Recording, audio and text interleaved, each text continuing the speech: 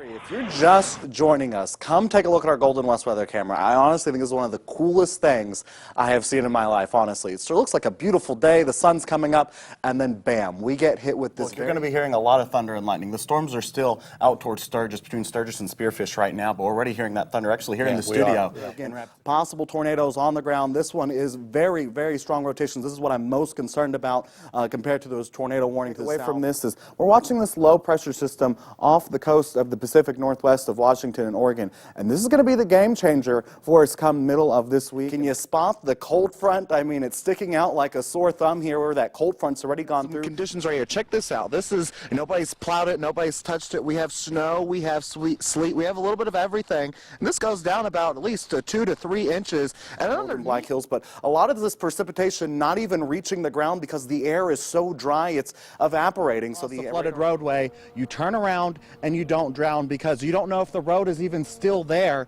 underneath those floodwaters. And I'm talking about giant pieces of asphalt. This is not light stuff that got washed out and moved around here. And there's even, it takes a foot of water to float a small car and 1.5 feet to 2 feet to float an SUV like this.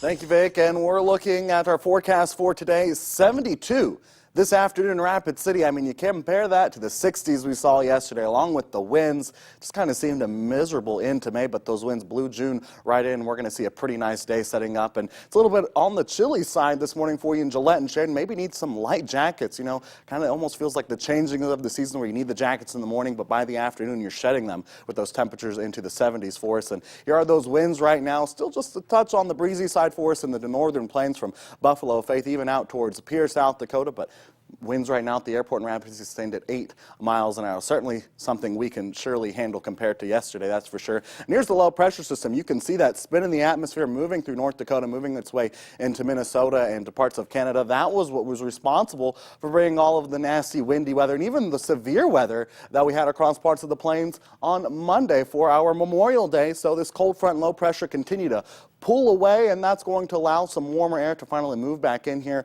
Plenty of sunshine, but we are tracking a warm front, and that's going to come in for the day tomorrow. And we're going to notice those temperatures getting to near 90 degrees potentially across parts of the plains. And we can't rule out, as this cold front comes through, especially Thursday night, maybe a few isolated rain and potentially even thunderstorms moving through the area, especially across the northern plains of South Dakota.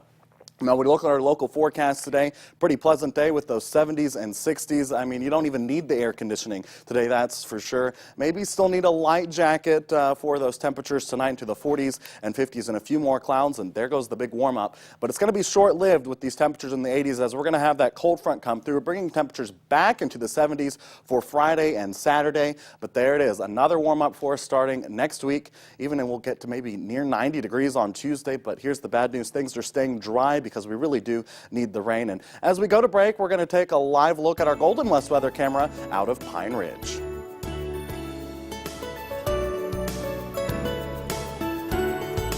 So this is what I'm going to look like tomorrow, walking to work in the rain, going to have my hoodie on and everything. Got to stay dry out there, right? All right. Thanks for the tips. Anytime. Not all that bad today. At least we're not seeing dew points in the 60s and into the 70s. That's when you really need to buckle up there. With the hats, you want the gloves.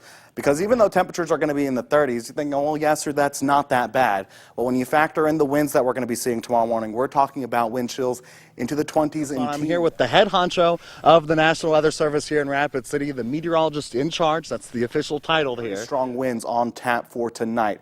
I hope you're heavy sleepers because the strongest of the winds, those 60, 65 mile per hour winds, are going to be happening at around midnight tonight. It's just the perfect day if you don't want to be in the heat. Temperatures into the 70s and 60s this afternoon. You know, the clouds overhead. You're not going to be baking in the sunshine and baking from the barbecue. Slick. They're very much snow covered, and it's a good day to just stay at home. I'm sorry, Mom, but this Mother's Day blizzard is probably not what you wanted. Back on May 3rd of 1999, I lived through one of the largest tornadoes known to history. Christelle Womack Moreno and her brother were driving near Moore, Oklahoma, when a tornado warning siren came over the radio. The guy on the radio said to seek refuge, to get underneath an overpass.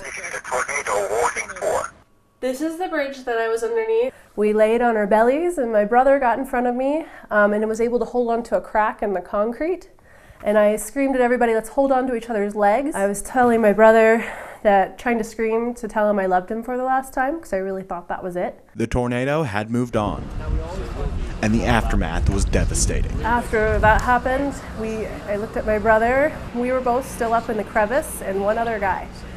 Everybody else, there were maybe about 12 of us total, had been sucked out. One person in their group was killed. While Womack Moreno survived, researchers who studied this tornado learned that taking shelter underneath an overpass is not a good idea. So what should you do? Find a sturdy structure to seek shelter. And if there isn't one available, leave your vehicle. Find the lowest point available, like a ditch, lay flat, And cover your head. Last word of advice, never try to outrun a tornado. So here is the shirt that I was wearing that day. In Womack Moreno's case, taking cover underneath an overpass resulted in possibly saving her life. However, she has a number of injuries that still impact her today. Well, here's the rock from the biggest hole in my arm that was the size of a silver dollar. So just a little tiny rock like this made a hole this big in my arm. Beyond physical injuries, even 16 years later, Womack Moreno still holds the emotional scars.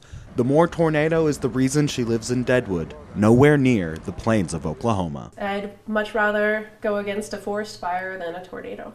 Meteorologist Yasser Kishk, Coda Territory News.